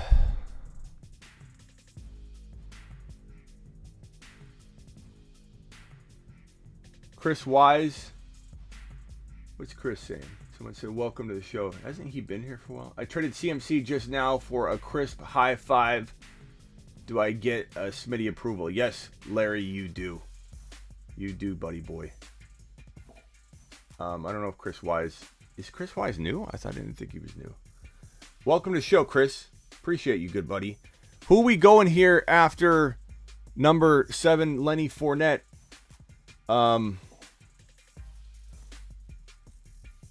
Gibson? Do we go Gibson here?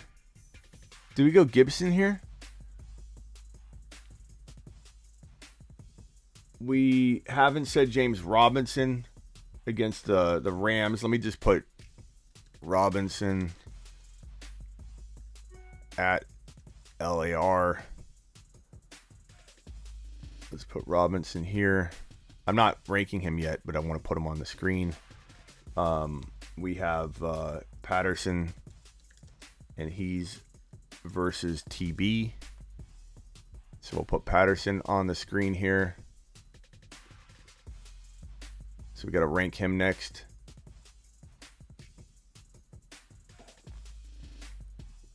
Ozzy says, number 1 waiver claim, Jamal Williams or Chuba.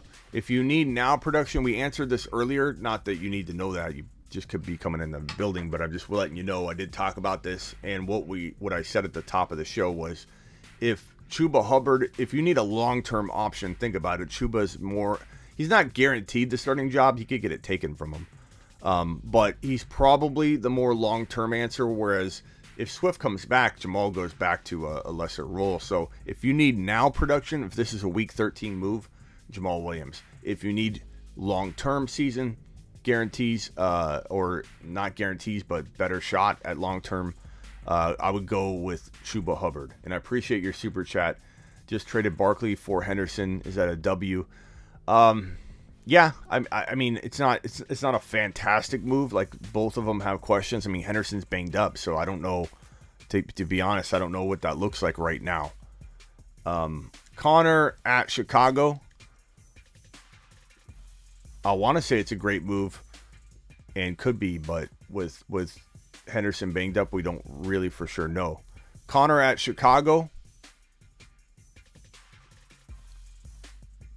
Need 30 more thumbs up right now, says James. Don't make James get upset. Javonte Williams. Someone wants Javonte talked about. Javonte is playing.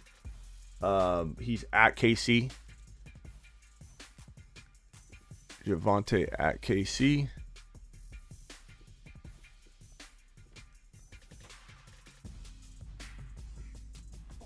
So who's number 8? Who is number 8? We got a couple Javonte votes. I think Gibson needs to be talked about. Gibson is playing at Las Vegas. Oh, you know who needs to be on this list too? We're kind of sticking to like top 15 rankings here, but Gaskin versus the Giants. I love Gaskin right now. Gaskin is a sneaky good top 10 running back. He is a sneaky good top 10 running back right now. Cordero, we got Robinson, we got Kamara up there. Henderson, we haven't put on here. He is banged up, but he does need to be listed. Hendy, versus Jacksonville. Hendy versus Jacksonville. Why is James Robinson?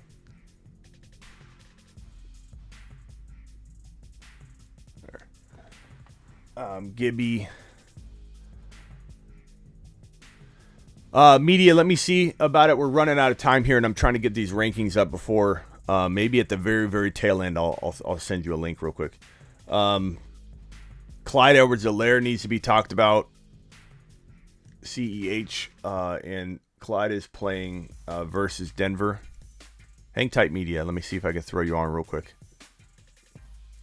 CEH versus Denver. I'm not ranking these yet. These aren't ranked yet right here. I'm just kind of throwing these guys together. Miles Sanders, I'm going to leave out of the top 15. Monty, not yet, but Monty's time is coming. Barkley, he's not in my top 15. Jacobs, not in my top 15. Jacobs is a good sell high. Elliott, not in my top 15. Not right now. Pollard.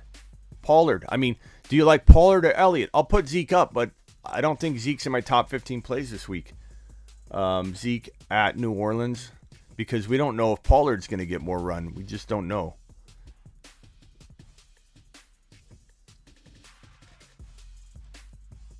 Like, a lot of people that have Zeke are probably saying, do I start Zeke or do I start Pollard? Like, they don't even know which one to play. It's Pollard. Okay. I'm going to say number 8. Number 8. My gut is telling me. My gut is telling me that number 8 is going to be Gibson.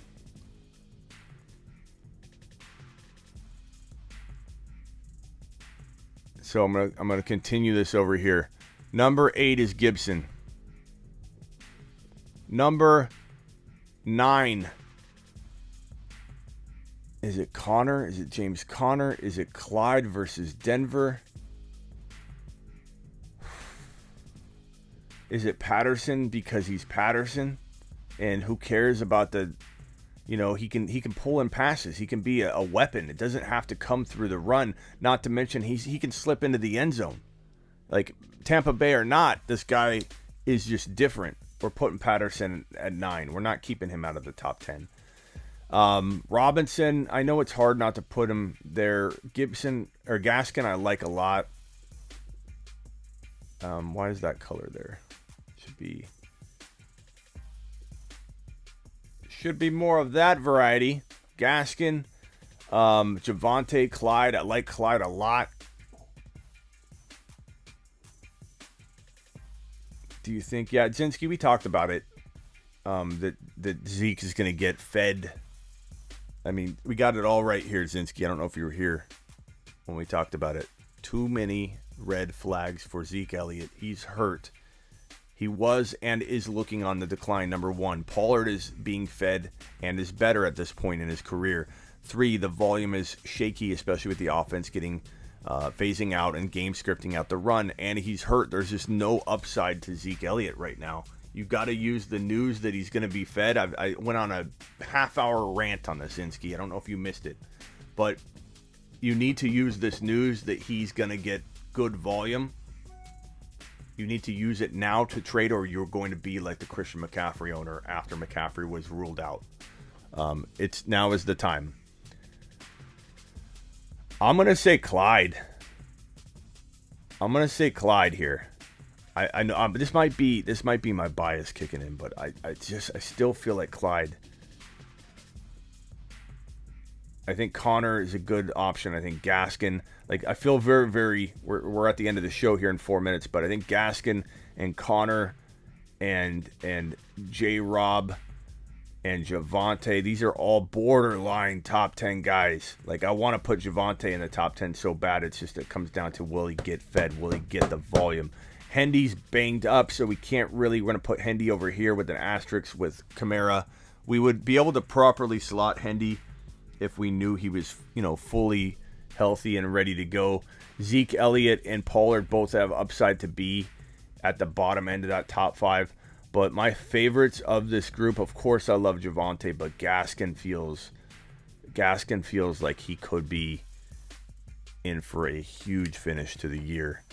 Connor, Javonte 12. We'll go Javonte 12. And this, this could change based on the wind.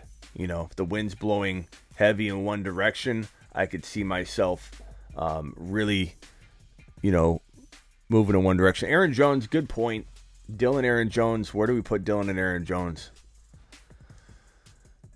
God. That's a good question. Well, we're doing week 13 rankings. What are you talking about? This isn't looking forward. You almost got me thinking I was doing looking forward rankings. They're on a bye. So Aaron Jones is on a bye, bro. Legion screwing me up. Legion had me thinking long term.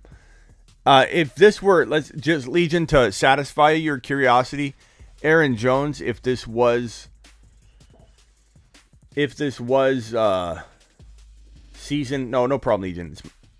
If this was season long, I would say Aaron Jones would be like in the 7 to 10 range with upside, but because they're on a bye, yeah.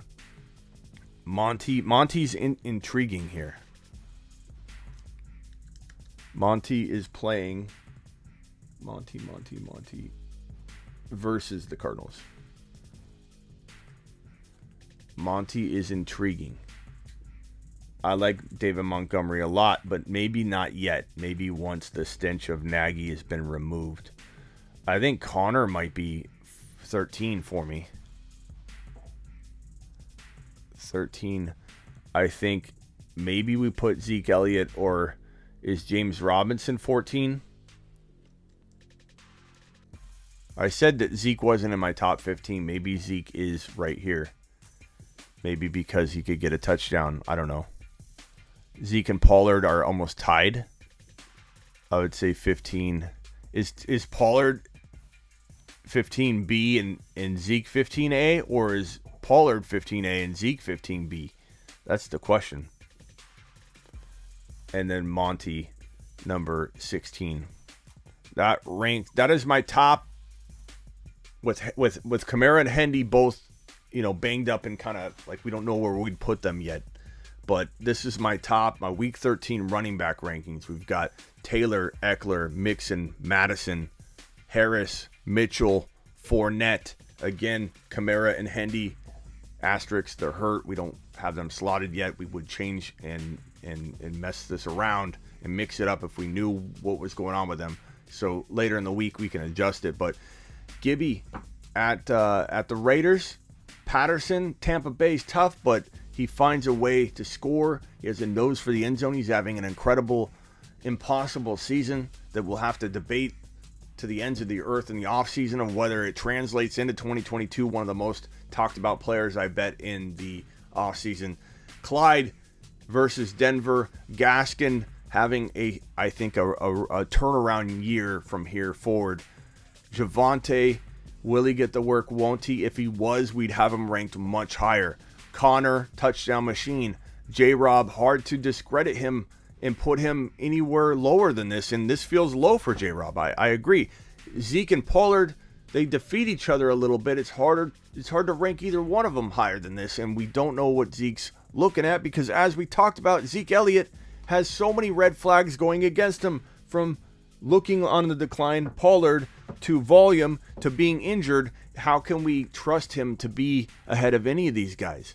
And then Monty, eventually Monty will be near 10, but right now he's not. Slayer with a super chat. I have Lamar Jackson, Najee, Madison, Hollywood, Diggs, Kittle, Elijah Moore, starting Knox, Gallup, Hilliard, Foreman. I want CEH, Chase, Pollard. Who should I offer for them? You want all those guys? Jamar Chase, I would offer Hollywood Brown for him. I would offer Elijah Moore, and I don't get rid of Najee. I don't get rid of Madison. You probably keep Lamar unless you can upgrade him into Mahomes somehow, or maybe you like Lamar more. But Diggs is tough to trade. Kittle, I would toy around with trading if you've got Knox. So probably Kittle for Jamar Chase, bro. Probably Kittle for Jamar Chase. Pollard shouldn't cost you a ton. You could probably get Pollard for Elijah Moore. I think you could get Chase using Kittle or using Hollywood straight up. Either one for one. And if not, you could do a 2 for 2, but you'd have to put something else together. Ozzy with a super chat. Deonta Foreman for Kittle. Oh, sorry. Trade Waller plus Foreman for Kittle. That could go either way, Ozzy, because Waller's hurt. We don't really know how long he'll be out. I assume that IT ban issue, I don't anticipate keeping him out multiple games, but could it? I suppose it could. We don't know the extent. I mean, any ligament, any injury, anything could be worse than we're being told. It wouldn't shock me if it went either direction, but I'd probably say, you know what? If you need the now production, get Kittle. If you need the now production, if you can't wait, but if you're cruising, if you're on cruise control, why not just wait? But if you need the now production, go get Kittle. But Waller will eventually be back, I think. But you could go either way on that one. I think that's all the super chats. Adam with the super chat. Adam, where you been, bro? Forecast on Clyde? Well, it's right in front of your face. Good thing you stopped in. Good timing, Adam. Number 10 on my running back rankings for week 13, broski. And I appreciate you being here. Where have you been? Michael stopping in at the last second. JT, Fournette, Madison, Hines, Stevenson are my running backs. Is Foreman droppable? I think because Hilliard looks a little better, right? That we probably are okay dropping Foreman. It depends on who you're picking up, Michael. Appreciate the super chat as always. My pal, my good buddy, who's on my text line, by the way, which you can get if you go to heysmitty.com, and that's where this young man is hitting me with all of his amazing trades he's pulling off. Leonard Fournette, one of his bigger investments in the offseason. He told me, he said, you watch out for Leonard Fournette. Michael, appreciate it. Yeah. I mean, you're good at running back. Fournette, Madison, Hines, Stevenson. Foreman's okay, but it depends on the drop. So please let me know who you're thinking of dropping. That will help. And let me know before you leave. Media, I said I'd get you in here real quickly, bro. So I'm going to send you an Instagram link. Media, here we go, broski.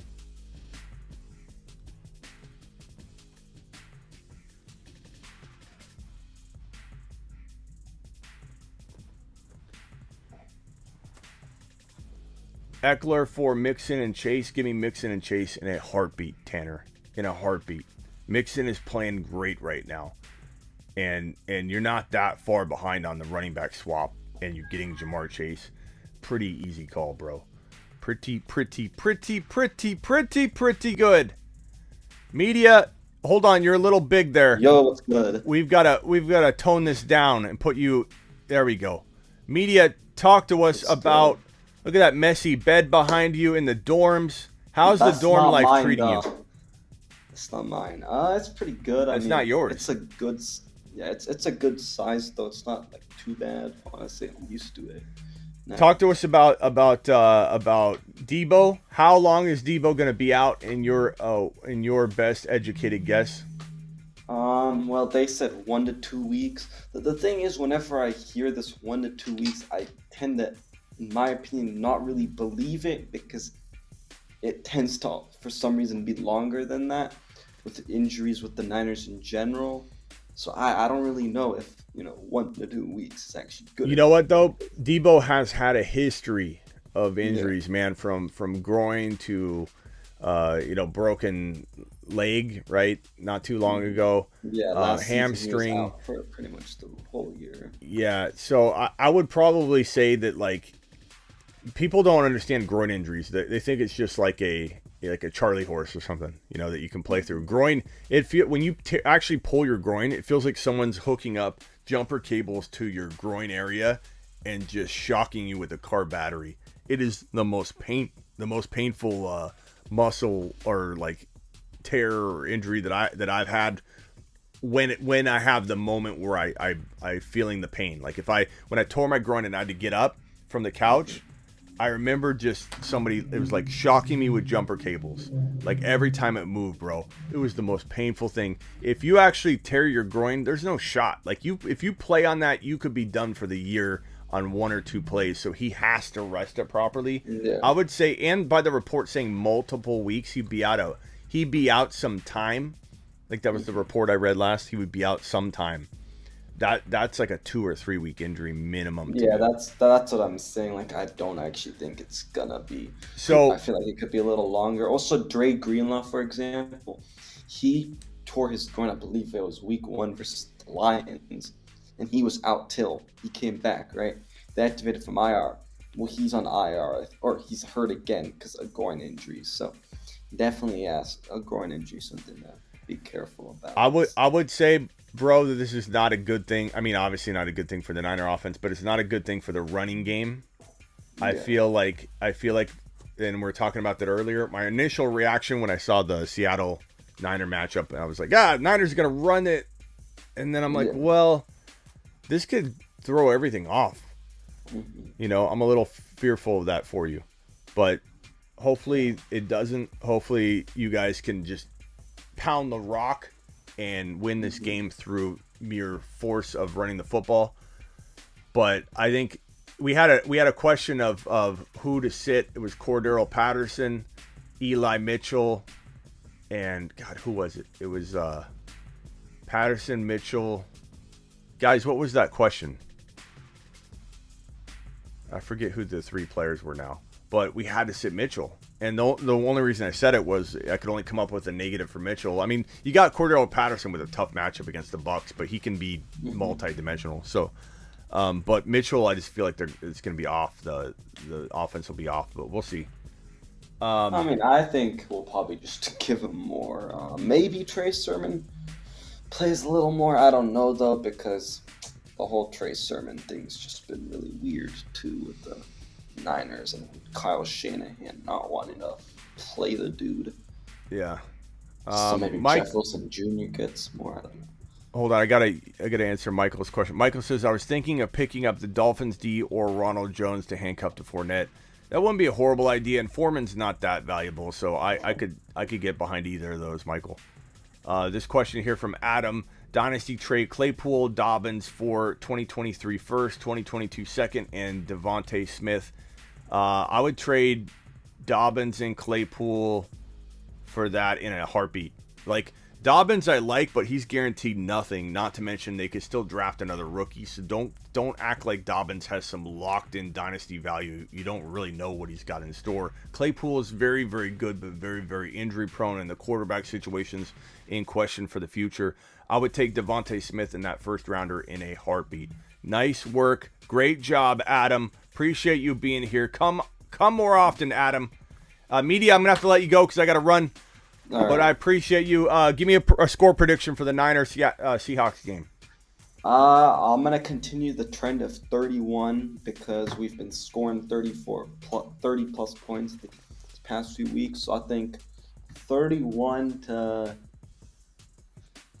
27 I'm going to go with. I think it's going to be close. And Media, last question I'm going to ask you is who's the best team in the NFC West? Not the Cardinals.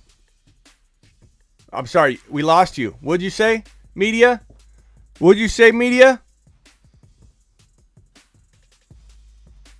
All right, I'm out of here.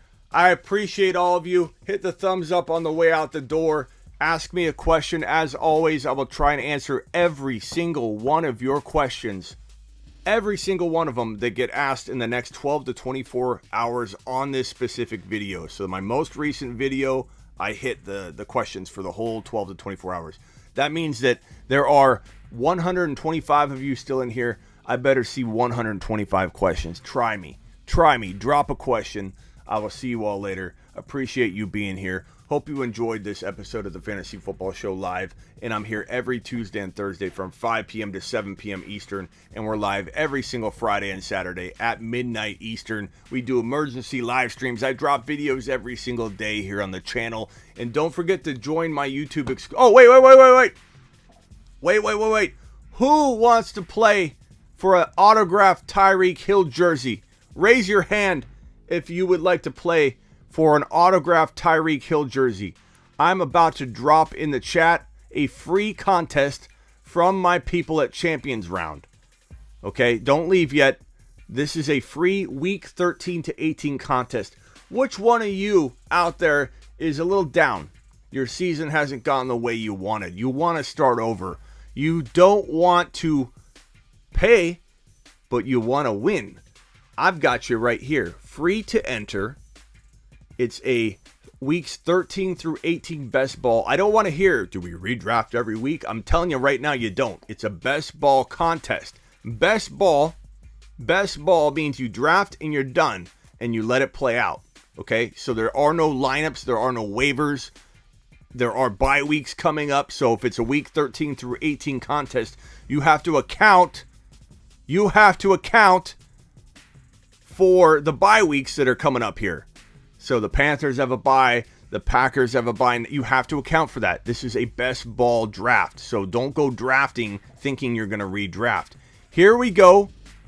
I'm going to give you the link to this contest and post it in the live and pin it. So here are the instructions to get in there. I'm going to put it in the description as well, so you guys can definitely check that as well. But here we go.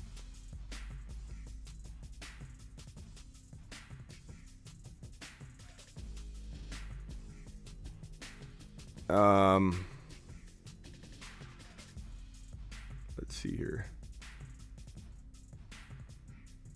Hold on. I just gotta post this and then I'll pin it.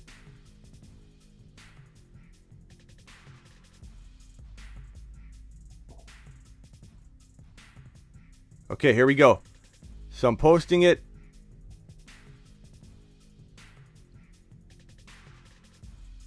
Let me pin it. This message that I just posted and pinned in the chat is the link. You download the Champions Round app, okay? You don't have to pay anything. Download the Champions Round app. Then you're going to go, once you're in there, you're going to go to this, let me see. Let me pull it up. I'll take a screenshot of it. Or actually, I'll just show you on the screen. Once you get into the Champions Round app, there is a plus sign right here at the bottom right corner. You click that plus sign, and you're going to click join with code. Okay, so download the Champions Round app. I've pinned the link. Then you're going to click the plus sign. You're going to join with code. You're going to join with the code that I entered on screen here. That code is this one. I'll even put it up here on another message. It is capital D, ACP, capital CC. This is the code. So enter this code. So you go to the Champions Round. You open up the app. You click the plus sign, which is right here. You enter with code. And you enter the code D. And that it's case sensitive, so let me actually redo this code. Sorry, it's capital D, lowercase a, c, p, c, c, case sensitive. Enter this code right here, and then boom, you set your lineup. You set it now. The winner is gonna get a Tyreek Hill jersey. We did this with a CeeDee Lamb jersey, and the person that won the CeeDee Lamb jersey is this individual right here, TKO777. There are the standings. TKO777 won our week 7 through 12 contest. Autographed mini CeeDee Lamb helmet is coming to you, TKO777. But who's going to win the Tyreek Hill jersey? All you have to do is go to the link that I've pinned in, and I'll put it in the description as well, and enter this code, DACP, capital CC, capital D at the front, and let's go. Appreciate all of you. There's no draft. It's best ball. You just select your team right now. Auction dollars. Go pick it now. Lock it in. Make your selections. Hit save and you're good. Do it now. Do it before Thursday. Select your team before Thursday. Win the the Tyreek Hill autograph jersey. Let's go. I'll have the details in the description. Now go comment.